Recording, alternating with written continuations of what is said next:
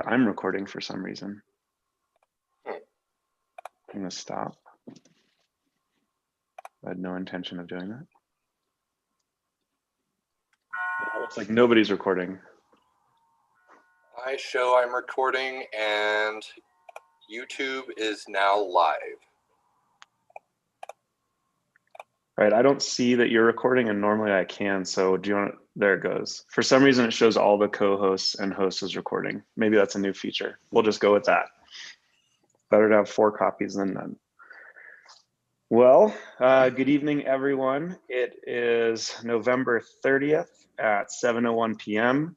This is the Town of Silverton Board of Trustees work session related to the 2021 draft budget and town-supported events and projects. Tonight, we're going to hear some presentations from representatives of the 4th of July Committee, the Singletrack Society with respect to Bakers Park, as well as ski joring, and then have time for a general discussion relating to the 2021 draft budget. At this time, we will do roll call. Kelly, if you would please go ahead, that would be great. Trustee Barella? Here. Trustee Harper? Here. Trustee Weigert? Here. Trustee Bierma? Here. Trustee Lashley? Here. Mayor Pro Tem Marty?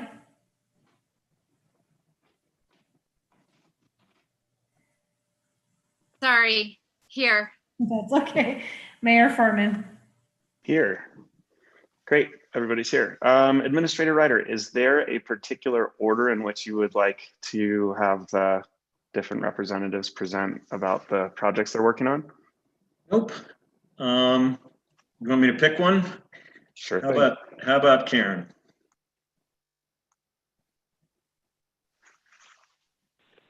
Oop, you're on mute, Karen. Okay, hi there. Karen, and then John Oakes is also here with ski joring operations manager. Hello. I should be unmuted. Can you guys hear me? Yep, we can, thank you. And I apologize for my background. I'm in the truck at the airport, zooming in remotely there. So thank you, everybody. John Ryder and the town council. Karen and I are excited about the future of ski joring. And I say that to kind of extend out a little beyond the question mark of what 2021 will be.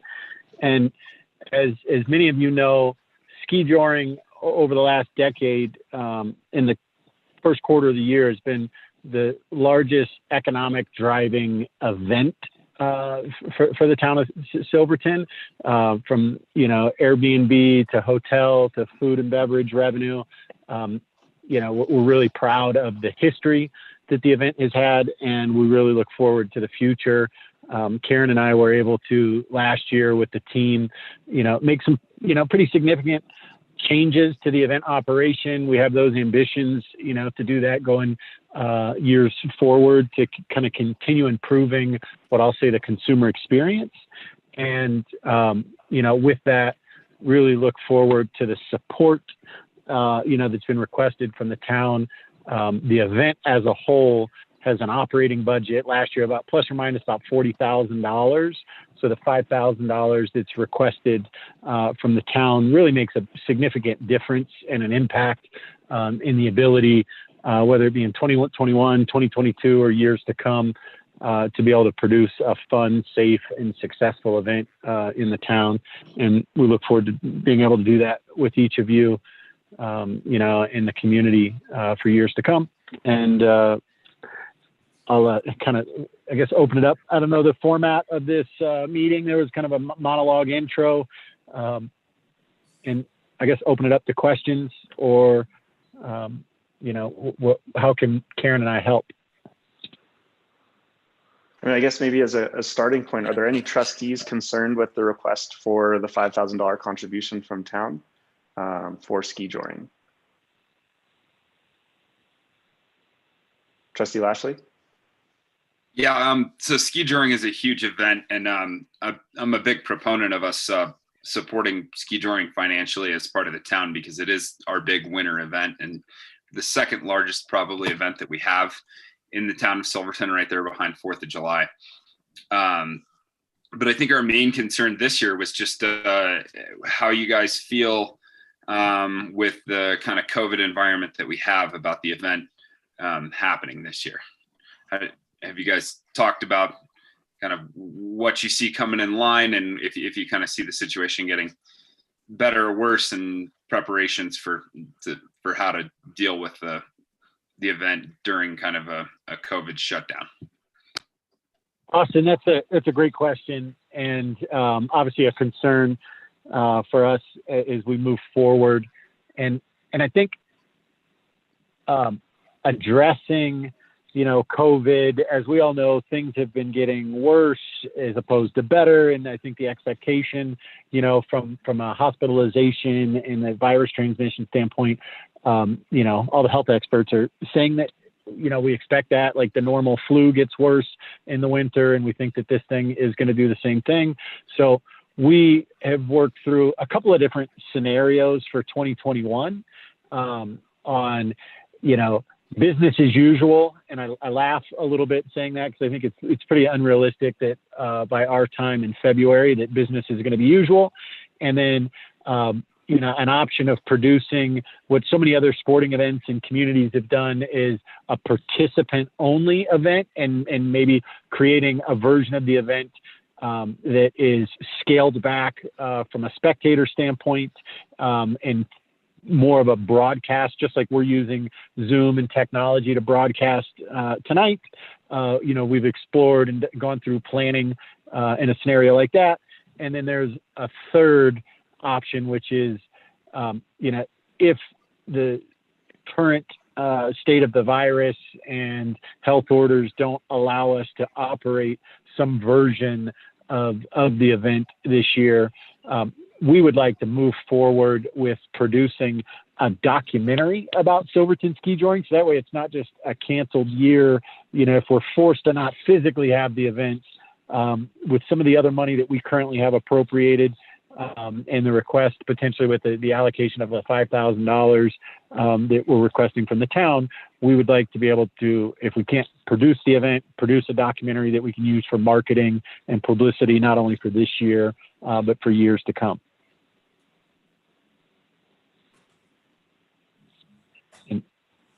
Thank you. That sounds awesome. Hey, John, when do you think the go, no go decision will have to be made by? The conversations Karen and I and the rest of the Silverton ski joring team have had is we really wanted to get through this meeting this evening.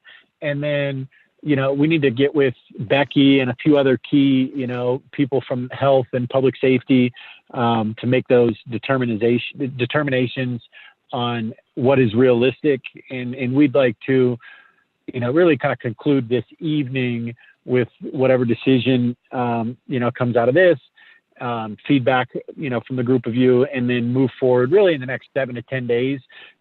We've done a pretty good job of detailing out operation plans for business as usual. And again, there's hesitation. I don't think there's anything that's going to drastically change, by February, or again, like the socially distant participant only or limited spectator.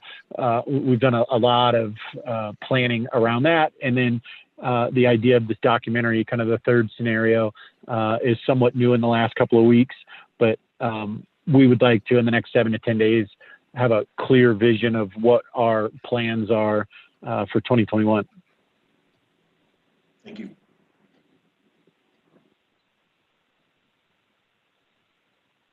Any other trustee questions or comments? Trustee Lashley. Yeah, just one more. So, we've kind of called this meeting to kind of see, through our budgetary process here, how this kind of affects the different organizations for funding in the 2021 budget. So, if you're not able to kind of hold the full event for 2021, you've kind of already answered this, but I just want to put it out there as the format. How does the $5,000 from the town help you guys through the 2021 year and into 2022? Yeah, and Austin, good question. And I think if, and again, I'll kind of flip the coin because of the ambition to make this kind of documentary as like our plug the hole in the calendar to still do something positive.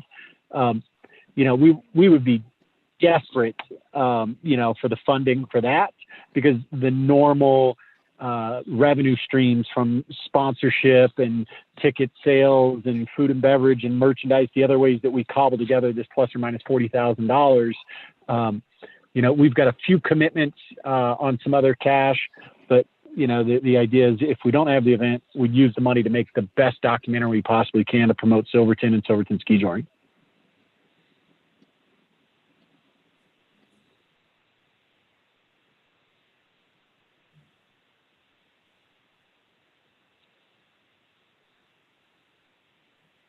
Any other comments or questions?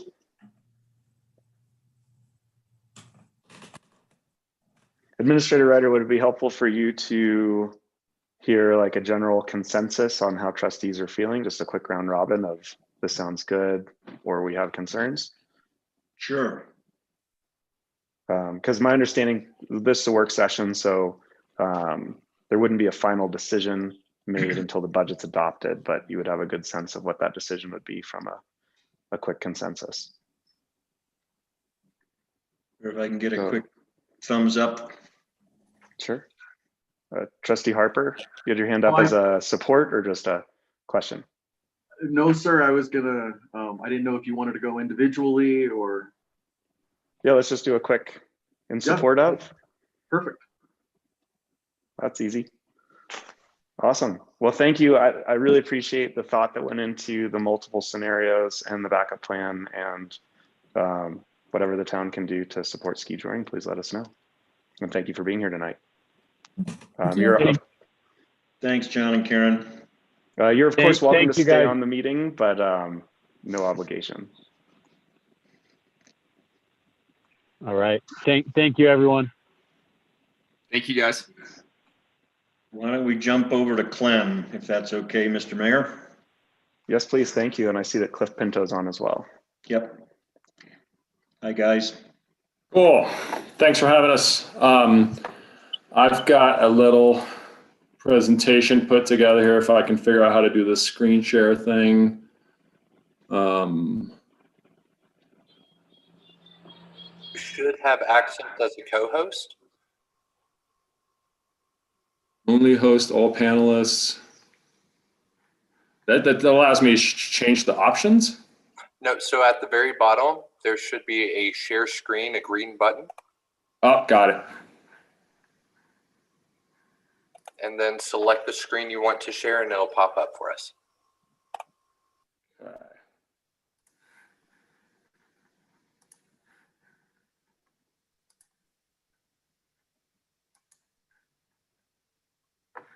Oh, and share. Okay, there we go.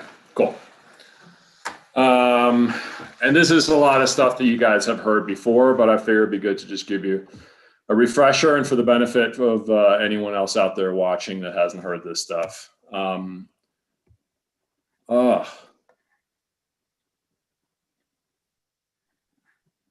we go. Just quick background on Silverton Singletrack Society. We were founded in 2014 as an IMBA chapter.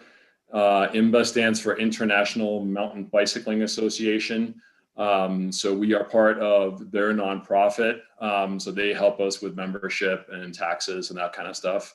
We are an all volunteer organization with about 50 members, paying members, 200 people on an email list, and 1,200 people that follow us on social. And for the first few years, we organized trail work days on Boulder Gulch, Bear Creek, and the Rainbow Trail. And then in 2018, with the help of the county financially and otherwise, we were able to get the IMBA Trail Solutions crew to come here for a visit that eventually led to the plan for Baker's Park. And we also spent a good amount of time participating in the trail visioning sessions that the town organized that eventually then led to the Silverton Area Trails Plan, which you all adopted in, oops, now I can't see that, February of 2019. And that then informed the BLM Travel Management Plan that they adopted this past September. So the Bakers Park plan is for 30 miles of new single track. The idea is to kind of have something for everybody. As anyone that rides a mountain bike around here knows, we have lots of advanced and expert terrain and roads, but we don't have a whole lot of beginner or any beginner or intermediate terrain really. So the idea is to fill that gap, but it's not just going to be for mountain bikes. It'll be open to hikers, horses, bikes, and e-bikes as well. So number one, it's a place for all of us that live here to enjoy and get out and get some exercise. But the idea is also to attract a different kind of user group and help to diversify our economy. And the total price tag for the whole project, based on the IMBA Trail Solutions estimate, is $1.5 million. So there's the plan that hopefully you've all seen before. And I'm just going to jump to my next slide real quick, and then we'll come back to, well, maybe we'll stay with this. The idea for next summer is to do trails 1, 2, 3A, and 3B, which will get us a nice blue loop. And then we're hoping also add on 12 and 4C, so we'll have a black downhill portion for it. And the price tag for that phase 1 is going to be $500,000, again, based on the estimates that we got from those guys. So since the whole point of this is your budget, we should think about, what the economic benefit of this is. And I want to emphasize that this is, a capital investment. This is a thing that we're going to have for years to come. It's going to require very little maintenance, and we'll be able to do most of that maintenance with volunteers. But think of it as an investment, not an expense. And then one of the numbers that I pulled out of that plan from those guys that I wanted to spotlight a little bit is the idea of day visitors versus destination visitors. And I'm assuming these are based on mountain bike visitors, but I'm sure the principle applies in general. And so you can see that people that stay overnight end up spending almost 5 times as much money in town. So the way to get people to stay that are going to come here to mountain bike is to offer them, an awesome experience where they're going to have lots of options, and it's going to be, world-class, well-maintained trails. And then another thing that we're looking to do once we actually have the trails in is to measure the impact of this. That's one of the things that was suggested by one of the foundations I talked to, and they suggested a webinar that was very interesting, where you can get trail counters, so you can measure how many people are coming through there, find out how many people are actually using it. And then we're also looking to have people set up at the trailhead, interview the people that come through so that we can actually gather data that we'll be able to then use for fundraising for future efforts, beyond phase 1. So the fundraising is going to be, your normal fundraising mix of, individuals, businesses, foundations, government, both, federal, state, local, whoever we can get get money from. IMBA also has a grant program that we're hoping to tap. I've also spoken with BLM. I don't think they're going to give us cash necessarily, but they have in-kind things that they can do for us with regards to trailhead, hopefully bathrooms, signage, that kind of thing. So the challenge with fundraising a lot of times is always just coming up with the matching funds for grants. And to get get some of the matching funds from, local government, it helps us just demonstrate that there's local support for it. So that's why we're talking to you guys. And just a quick kind of overview of talent's involvement. You already gave us $5,000 in 2019, and then pledged to give us $10,000 this year, which hasn't been paid out yet. And, you know, with COVID and everything else, we've obviously didn't want to be a pain in anyone's butt. But now that, you know, looks like budget and everything for this current year is on track, we were hoping to get that paid out, you know, by the end of the year. And then, you know, the current request we're talking about is another $10,000 for next year. And that is all I've got. Questions? Thank you, Clem. If you would exit out a screen share, it will Yeah, be I'm easy trying to for everybody figure to that see one each out. other. Boom. Perfect. Trustees, questions for Clem or Cliff?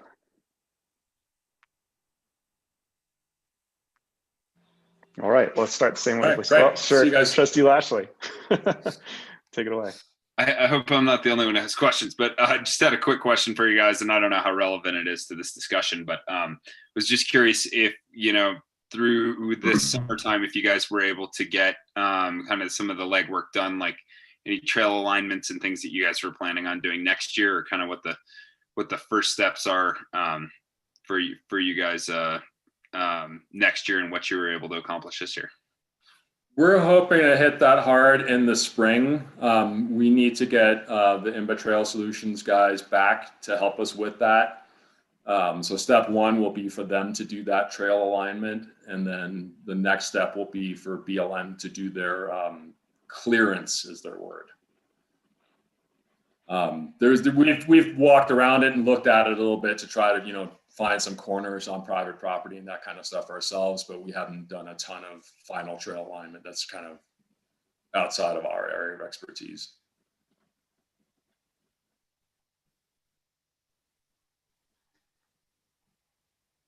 All right. Well, similar to the first presentation, let's start with a baseline of any trustees have concerns they'd like to express about the financial contributions requested. Trustee Harper. Sir, thank you so much. I just want to say, I think this is a great plan. I think this is really neat. And I like the fact that we're going to be diversifying. I believe that all tracks matter. And I think you guys are doing a great job. I support this. Thank you. Thank you. Thank you.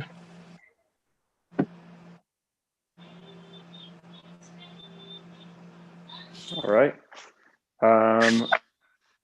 If there's no other questions and no other concerns to express, we want to do a quick roundtable of hands up of who supports completing the $10,000 contribution for this year and pledging the $10,000 for next year. Wonderful. Thank you, Clem. Thank you, Cliff. Administrator Ryder, I suppose you'll coordinate with them about a check before end of year. And yes. All right.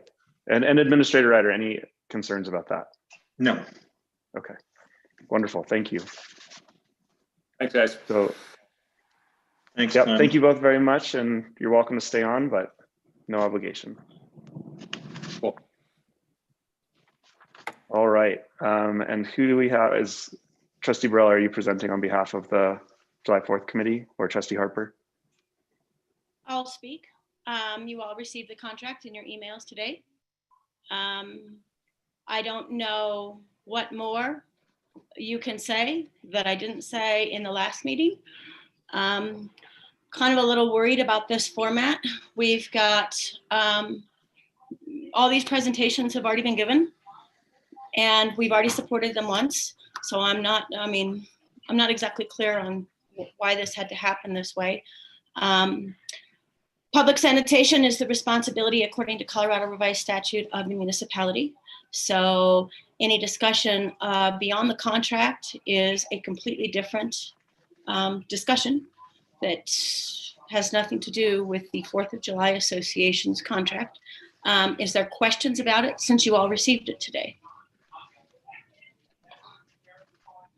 My question was just, is this is the contract from 2019 to 20. The dates weren't changed yet, but the idea was that this is being presented as the next 2 years of contract as well. So this would be from January 2021 through 2022. Yeah, Or that I would just be, wanted to double check. that would be for Paul to do because it was supposed to be renewed or revisited in September because we would normally do what's called an after action review of the event, which is what was done previously with the board. And since we didn't have anything this year with the worries of COVID, we've let it go on.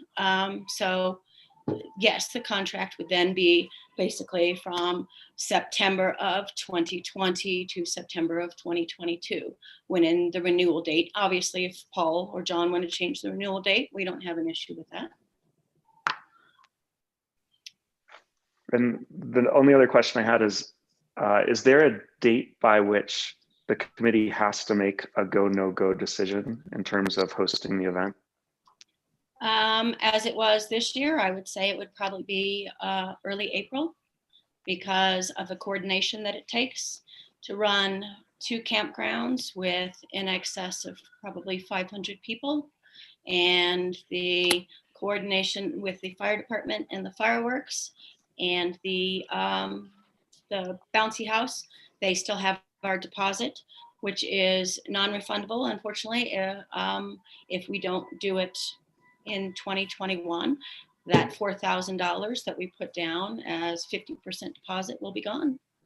So this is an event.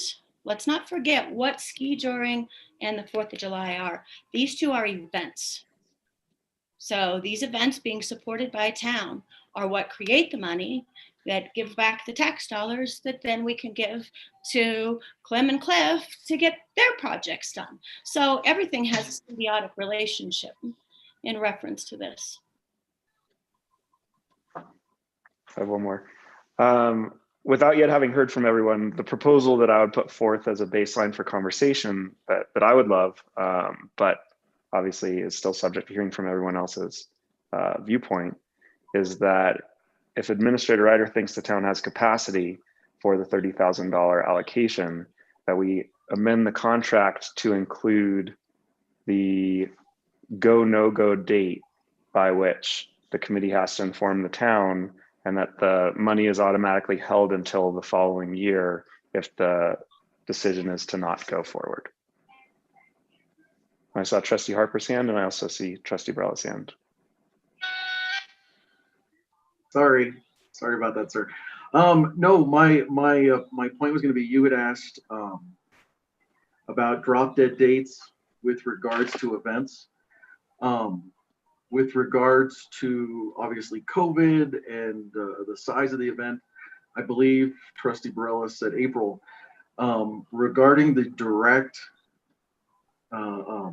setting off and viewing of the fireworks, we try to make that determination with the fire marshal, Sheriff Conrad, 14 to 21 days out.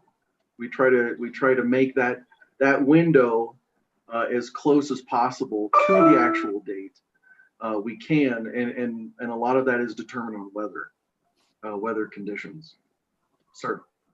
Is it possible to then break out the budget into components where if there were not to be the full scale event, then a certain portion of the budget would fall away or be earmarked for the following year as of that initial go, no go date, and then the remainder of the budget would be held subject to the go, no go of fireworks?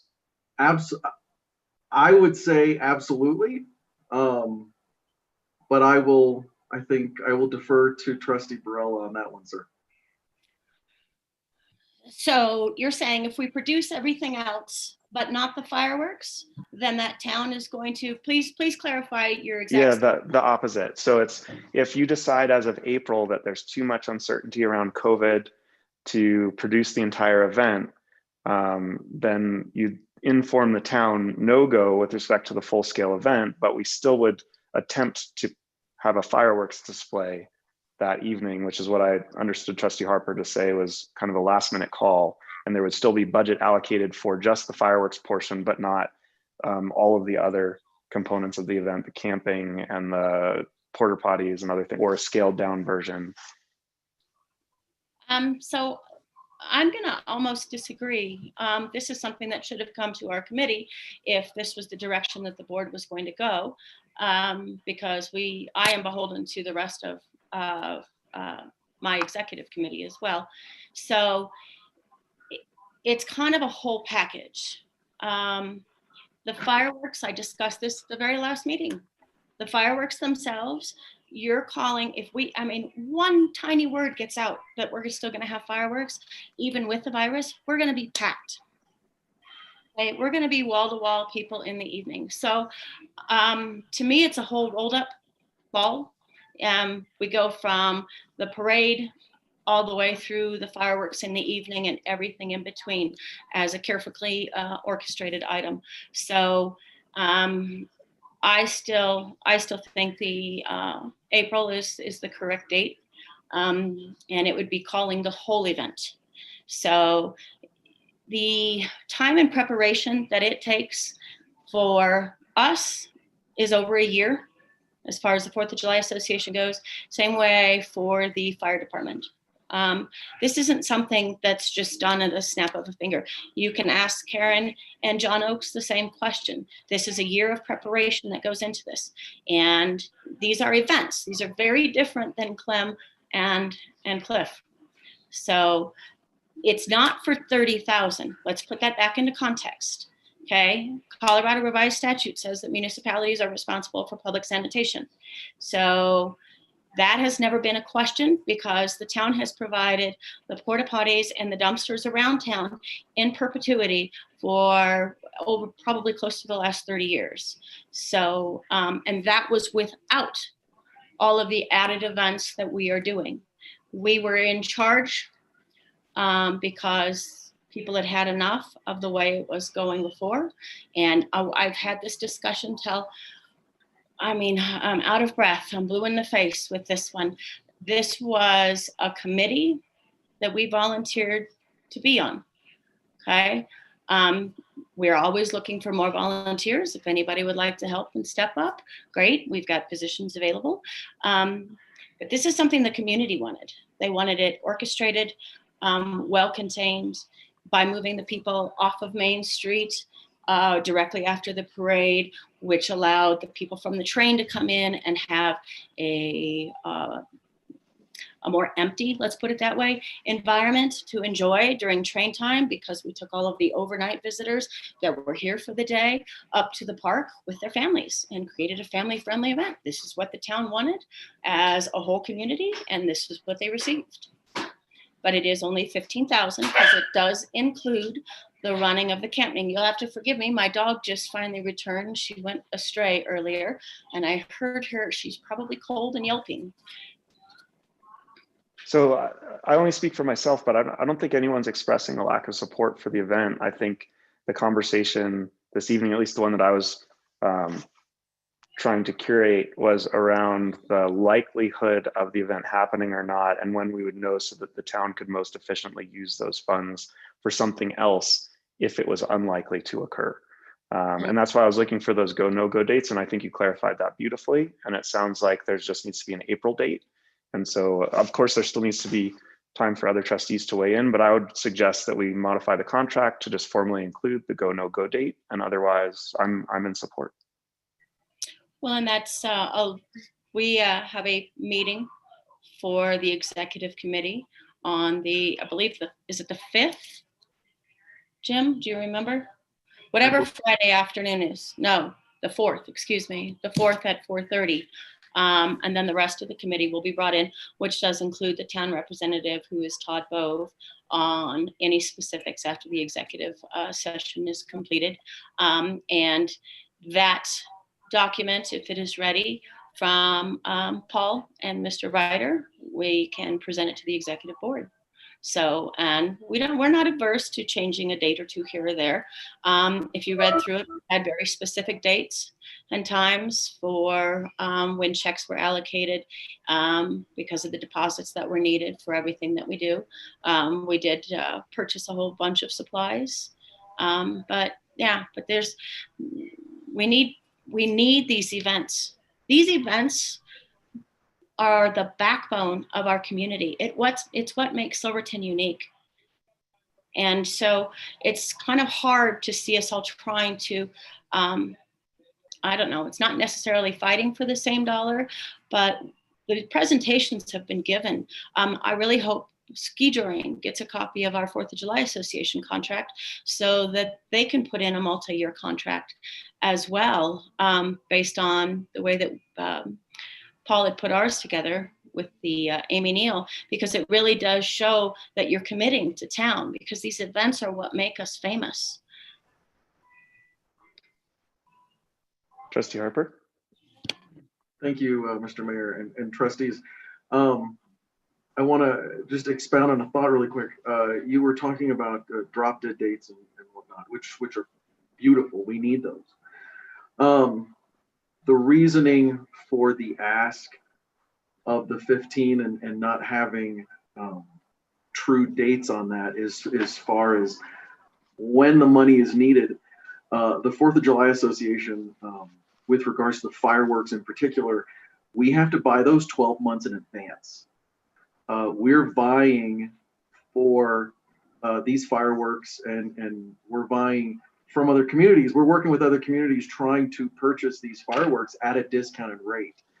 When we purchase between 10 and 12 months in advance, we get anywhere from 10 to 15% discount, which is why we've asked for that line item of $15,000 to be in the budget each year when it's there.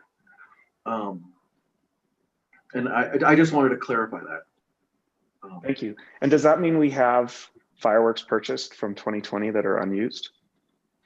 We do have some, and I say some because there's a potentiality for an expiration date on those.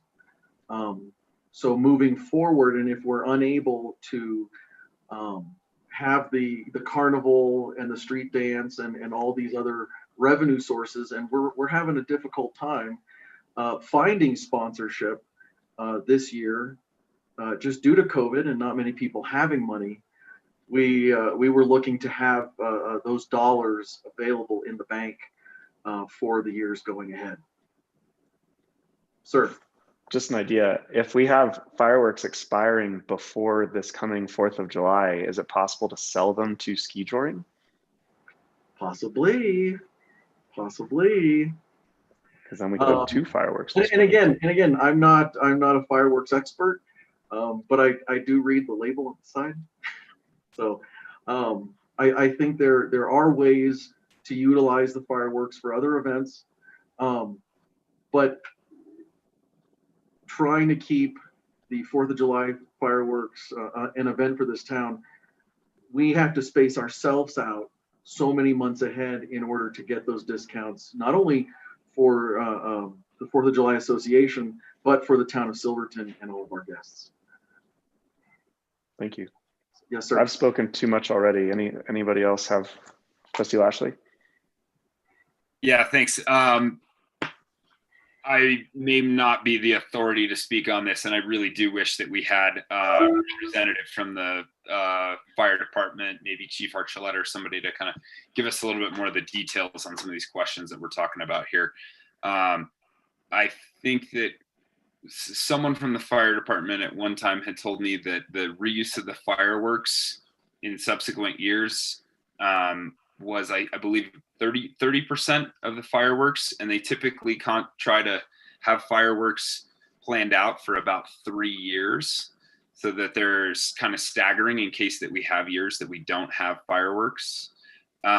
Somebody else, maybe Trustee Barella or Trustee Harper, has better knowledge or information than I do at this. It's been years since I've even talked about this with someone, but yeah, typically it hasn't been ski touring so much as our snowscape event that we've had fireworks in the wintertime. And typically if we do have fireworks in the wintertime, they're, soon to be expired fireworks from 4th of July if we have those. So yeah, there's definitely a possibility for that to happen. And it's a beautiful display. Yeah. I just had a question for both of Trustee Barella and Trustee Harper in talking about the the all or nothing 4th of July plan. Have you guys discussed that with the Silverton Fire Department, with Chief Archuleta, or is that kind of more of a 4th of July Association call and those things as well? I just don't know the relationship there. So if you guys could clarify that, I'd appreciate it. The fire department basically is our vendor. I don't know what else you want to call them. We provide the money. We pay fee. It's called Phoenix. Oh my goodness, Phoenix Fireworks. It's ridiculously long when I write the check. And we buy 12 months in advance to get the big discount. They are obviously for 1 year. We spend about 20,000. I know years ago when the fire department was raising all the money themselves, they would spend closer to 40,000. So we cut the show in half, and we reduced the time frame in order to help control the crowds, and just the display itself. And Chief Archuleta has to know from us, the 4th of July Association, if it's a no or no, if it's a go or no go based on, obviously this year, like COVID, we told Chief that there's no way it's going to happen. And so as soon as we say yes this year, okay, just go into 2021, just say it's a normal year and everything goes back on track, we are going to have a pre-meeting talking about what the events will be with this entire board. Then we go into one with the fire department and make sure that we have a coordinated effort when Chief Archuleta needs anything by. Don't forget, we also committed as the association $5,000 this year in order to make sure that we bought the electronic boxes. Electrical box, yes. Yes, and so that way we don't have any mortars that can blow off inside the safety tube for safety reasons, yes. And then from there, actually, this is the week that I would normally be talking to the carnival people about re-upping our contract for the carnival, because that too is a contract which has to be done in advance. And then we go to the LEPE, oh, come on. I call it the Leprechaun meeting. It's the Local Emergency Preparedness Committee or something to this effect, where then we go and meet with the town officials, the county officials, search and rescue, because we also have to host search and rescue and give them camping spaces at no charge in order to make sure that they are here for us when we need them. We discuss where the helicopter is going to go to make sure that we've got Flight for Life available if need be, and we make sure that the camping area is completely cut off or sectioned off and cordoned off from that. And then we coordinate with the local sheriff's department and what extra resources they need, and if they need extra resources, how are we going to pay for it? And then we do the same thing with the ambulance association, and then from there we move forward. Those meetings usually take place in June, and then by mid-June, a couple weeks before, and then it's the waiting game to see whether or not we have enough moisture, and the fire marshal, which is the sheriff, determines whether or not the fireworks can go off. So it's a very orchestrated, it's a big deal. It's very orchestrated. So the dates that I'm giving are to call the whole thing off, not just one thing. It's not just saying, hey, we're just going to only have the parade, because right now with social distancing and the rules, there's not anything that we could come up with to coordinate with Jim and Becky and the OEM team that would make this socially distanced. Because like Clem said, he's got 1,200 followers on his website. Our website or our Facebook page has 36,000 followers for the 4th of July. So that big of a crowd. Now, granted, they don't all come every year, but they follow it because they've been here. They love it. They come back year after year for it. It's a family experience. It's where they want to be. So our date this year was very much, when we announced it, I got nastiness. I got a lot of nastiness. I got hate mail.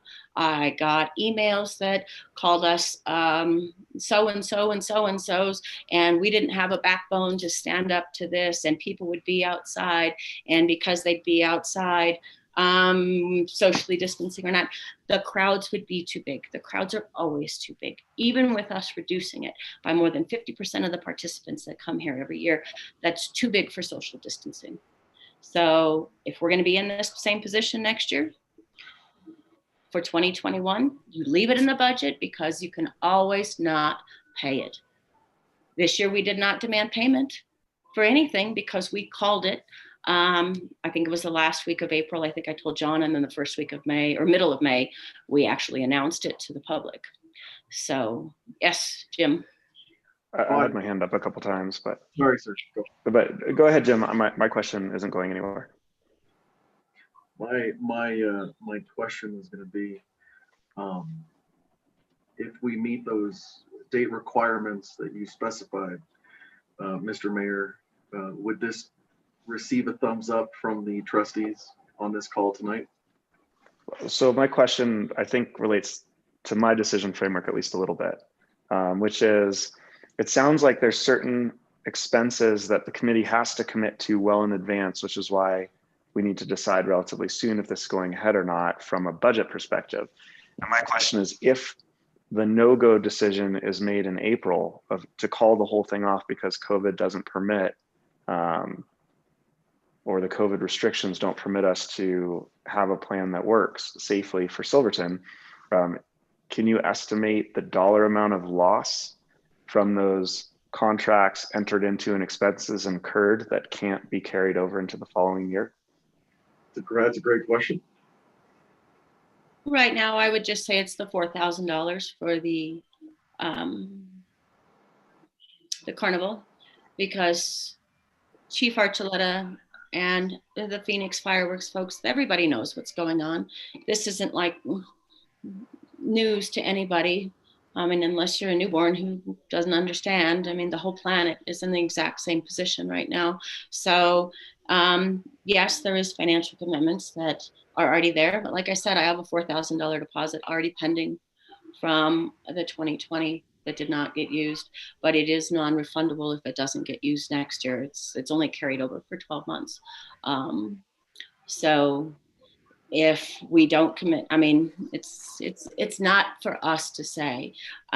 We can speculate all we want until the governor and I mean the rest of the United States and the planet says, okay, we're done with this because there's a vaccine or because people have just finally all had it and it kind of where it runs its course. You know, we aren't, I don't have a crystal ball to say these things. So our no-go date would basically be for everything. Chief Archuleta, I'm sure, can work it. If he tells me it needs to be March 15th, when we have our executive committee meeting on the 5th, we'll be able to bring that information back to Mr. Ryder. But the point of this discussion, I believe, was for budgetary stances. Anything that we leave in there for the Singletrack Society, for ski joring, for the 4th of July, for whatever other event, we can always not spend it in a budgetary manner. If we approve it in the budget, then we don't have to do supplementary additional work in order to amend the 2021 budget. If we put it in there and none of it's used, then that's the best way, I believe, to carry these things forward, to make sure that all of these events and all of the needs of the community for Clem and Cliff, because I don't really see 2021 changing that much. This year was a big test on all of us, and I don't quite see it yet. We thought we'd be out of this by August, what the experts said, and here it is, all but December, and we're still in it. So, yeah, Shane. So Trustee Barla, no, you're good. Is that $4,000 expense something that the committee covers out of existing funds that they already have, or is that expected to come out of the town's contribution? No, that was out of existing funds. So I see that the first payment from the town in the contract isn't until June 1st. Mm-hmm. So if there was a date for go, no go before then, The only thing that I'm looking for is clarity in the contract that the town won't be obligated to make that payment on June 1st. It's really just a clarification. It sounds like that's already the intention. And I would support this if that's Oh, added. yes, I did not reread it today because we've read it too many times before with the previous board. But I do believe that was something that Amy Neal and Paul Kosnick wrote in there, that there was some sort of, oh God, it's a clause on some of the back pages there that say that that if we can't, perform based on whatever extenuating circumstances there are, that no payment has to be made and there's no violation on either side of the contract. For example, 7 years back, we were unable to provide 4th of July fireworks due to the fire ban, which is technically an act of God, and we did not require, just as both parties understood the situation and there was no payment required. So yes, Mr. Mayor, you are absolutely correct. I think we can anticipate that everyone will act reasonably and that would be the case, but I didn't see it in the contract. If it's in there, awesome. If it's not in there, I'd request that it be added. Yes. And other trustees, any other insights, questions, comments? Austin, you had your hand up? Yeah, I just was going to say that I think that July is a long ways away for us to be making decisions based on the present COVID situation. I've been trying to do a lot of reading and research. I don't think, I never personally thought that this was going to go away until we had a vaccine, and it does look like a vaccine is pretty promising in spring of 2021 here. So I think April's a pretty good date to set for go no go. In looking to whether we think, with at least regarding the COVID scenario, whether this is going to happen or not.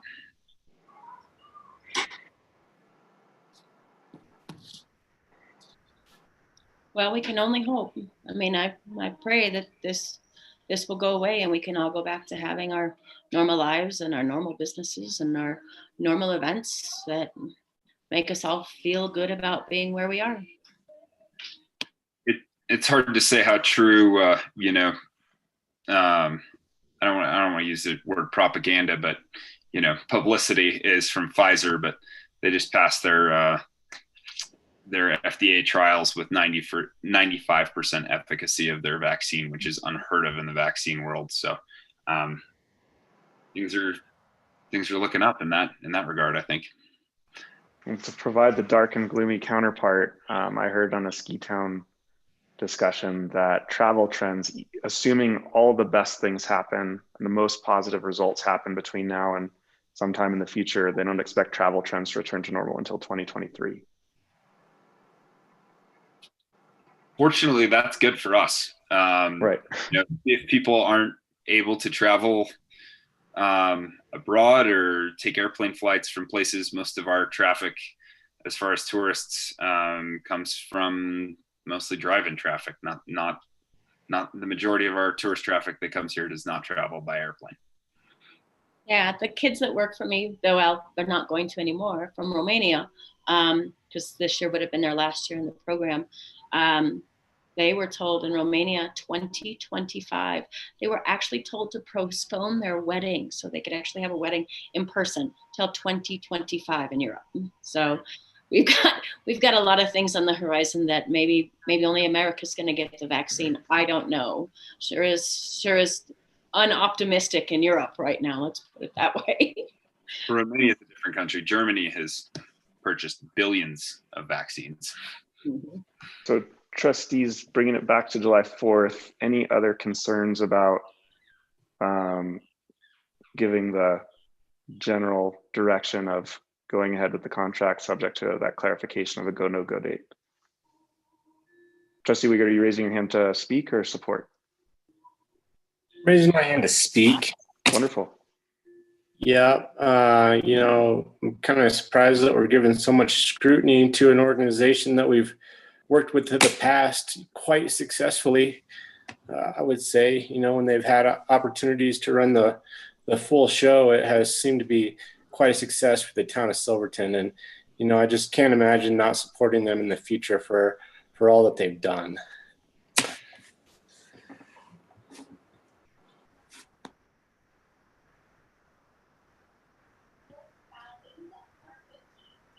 Thank you, Trustee Jim. Harper, did you have your hand as well?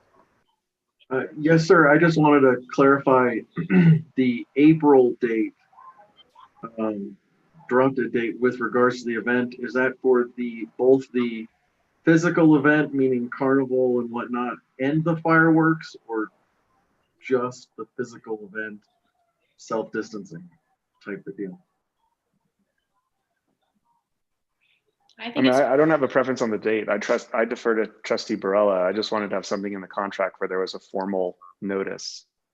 Yes, sir. Thank you.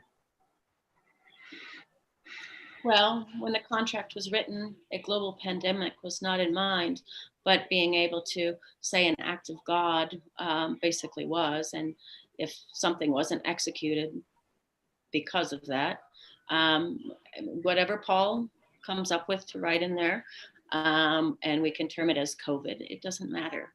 So, because we've always fulfilled our obligation to the citizens of this community by what they asked for, and the town of Silverton when they became our partners, I guess, so to speak, in this endeavor, to make sure it went off without a hitch. Trustee Bierma or Mayor Pro Tem Barney, any thoughts, questions, comments?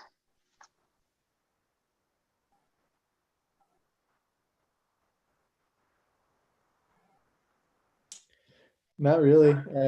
Everything sounds good to me. I'm looking forward to hopefully having things go on, but also prepared if they don't. So it's just so hard to tell this far ahead. Great. Administrator Ryder, everything sound good? Any thoughts or ideas from your perspective? No, I think it sounds good. So are we April 1st? End of April. End of April. We'll have a definitive date as soon as we have our executive session, because that's why I'd asked for this to be on the next official agenda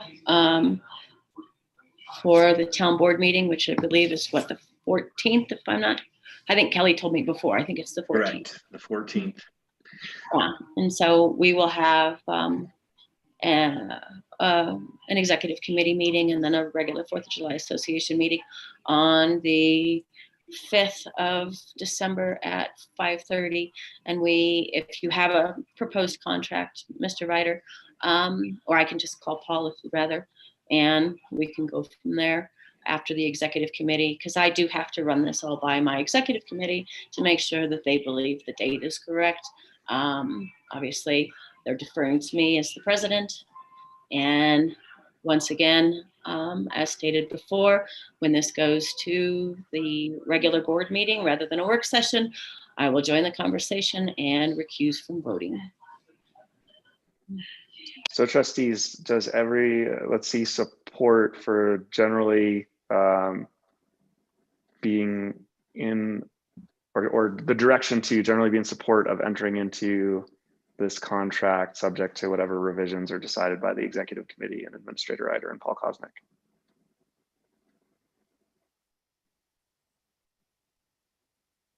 Great, wonderful. Great. Any other budget topics or issues, Administrator Ryder, that you'd like to go over before our public hearing on the budget at the next meeting? No sooner than I send it out to you than I realized I had made a couple changes. They're the ones in green. Nothing significant though from last time. So I think it's just about done. Trustee Lashley.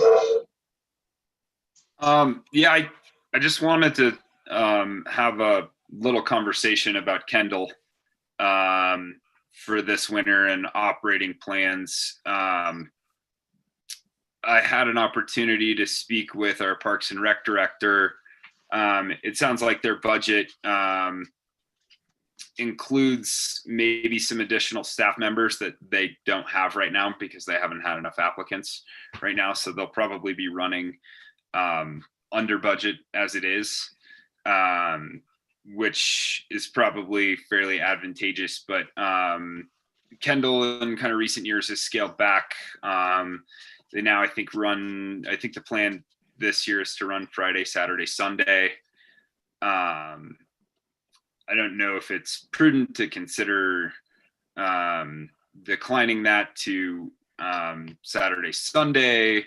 And the other discussion I wanted the board to consider is whether or not we do some free days like we did last year.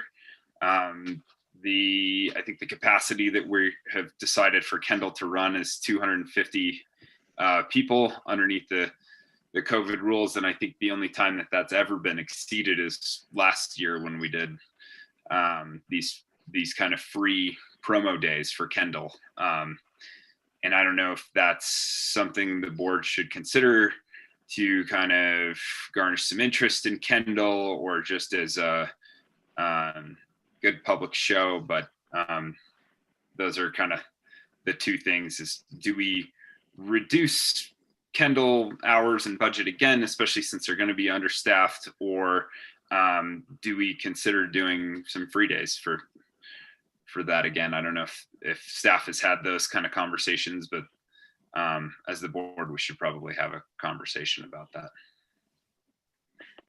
Trustee Brella? I ask if we were going to get a presentation from Parks and Rec on how Kendall was going to operate for the next meeting on the 14th. Because I mean, at least you've gotten more information, Austin, than the rest of us. I hadn't heard what the plan was yet, and I know that we were hiring additional people. So Nate or Kelly, can you tell me how many prepaid season passes were sold with the early bird special, to see if we've kind of got a finger on what our local turnout is going to be? So currently we've done 23 sales totaling $5,315. When it comes to season passes, I believe we've sold 33 season passes, not including the free children under 5. And that was just early bird, but there wasn't much in order of marketing or promotion for that. We had it in the paper a week later than we would have hoped, as well as low turnout on social media. But within today alone, we had 16 sales totaling $3,925. So it's approximately only 10 down right now of locals that normally buy the passes. Is that the number I heard correctly? Correct. All right. So we still have a pretty big local interest for the majority of this. So if we're limiting the days, what was our schedule last year? Can anybody remind me? Same, Friday, Saturday, Sunday. And Wednesdays for? Wednesdays was for the school, but they're not going to do that this year. Okay. But they could still come and ski any given time on those other days? How is that? Is that the program that we're going to be putting forth? Yeah. Run the ski program at school, and my proposal for school was that since we don't have it Fridays this year, we have outside of school programming on Fridays, that we would just go over to Kendall during its normal operating times and do programs kind of circulating through those hours. So like 1 to 2 beginners, 2 to 3, and then flip-flopping to just save some instructor time as well. So the whole school program, including the race team, would operate on Fridays. So we're not assuming, sorry, I can't get the word out. We're not assuming that that's going to push us over the limit that was created with the OEM plan, correct? I left a message for Todd today, and we just need to connect on that, but it's only elementary kids on Fridays. Middle and high go to PERG. Okay. I think we'd be hard pressed to get to 250. Oh, 250. Okay. That's okay. Thank you. Was that what you were going to say, Austin? Yeah. Because I just really was waiting for the presentation next regular board meeting. So yes, Nate. Todd Bove has his hand raised. Oh, very good. Todd, if you'll unmute. Hey, good evening, everyone. Hey, Todd. How's it going, Todd? Whoops, you went back on mute. Can you hear me all right? Yep. Yeah, so I just wanted to chime in. So we have a capacity of 250, and there are about 75 school passes that we give out. And we've included those in that 250 count so that those passes are good every day and are essentially unrestricted. So to answer Sally's question, the kids are kind of built into that COVID safety plan that went to the state. And to answer Trustee Barella's question, I would be happy to present to the board the COVID safety plan. We've currently submitted it to the state with the approval of OEM and local public health. And as soon as we get that back, I think that would be a more suitable time to present it, because it will be our actual plan instead of our pending plan, if you will. So my question then, Todd, would be, when do you expect it back? I thought it was supposed to be around that time frame at our last meeting. That's why I suggested it to be on the next agenda. Sure. So I'm kind of only going on what I've heard from Becky is that the turnaround time is about a month, and I believe we got it in about a week and a half ago. Okay. So what is your proposed opening date in the one that you've written? It is December 12th. Okay, so that's prior to the meeting. So if we don't get it approved, how do we open? Is that? So basically right now, we are, by all accounts, ready to operate. We've still got some training to do with staff and stuff like that. But everything that we need to do is ready to go as if we're operating, and we have our license from the tramway board and everything like that, which we received actually pretty quickly from when we submitted. So the only holdup right now is the state level approval of the public health operating plan. We were told to expect a month, but it could be sooner. So I think we're just optimistic that it may be sooner, but we essentially can't operate Kendall until we've been approved for that public health side of things. Did you say can? We cannot operate until we have that state level approval. Okay, thank you for the clarification. Yep, and that's the only thing we're really waiting on. Everything else is kind of ready to go. I have a quick question, Todd. Sure. Kind of further to something Trustee Lashley said, have you thought about any type of like Friends of Kendall fundraising campaigns throughout the season to help either offset the operating expense or support free days for the community throughout the season? I'd be open to just about anything, and I would appreciate any input. I think we have considered that. I think I've spoken with you briefly about some potential ideas, but we haven't really firmed up anything. But I'm 100% supportive of that and 100% open to doing it. Cool. Should we put that on an agenda for a upcoming Parks and Rec committee meeting? I've thought of some ideas too. Awesome. Yeah, absolutely. Trustee Barella? Cool. Any other thoughts, comments, ideas before we wrap up this work session? All right.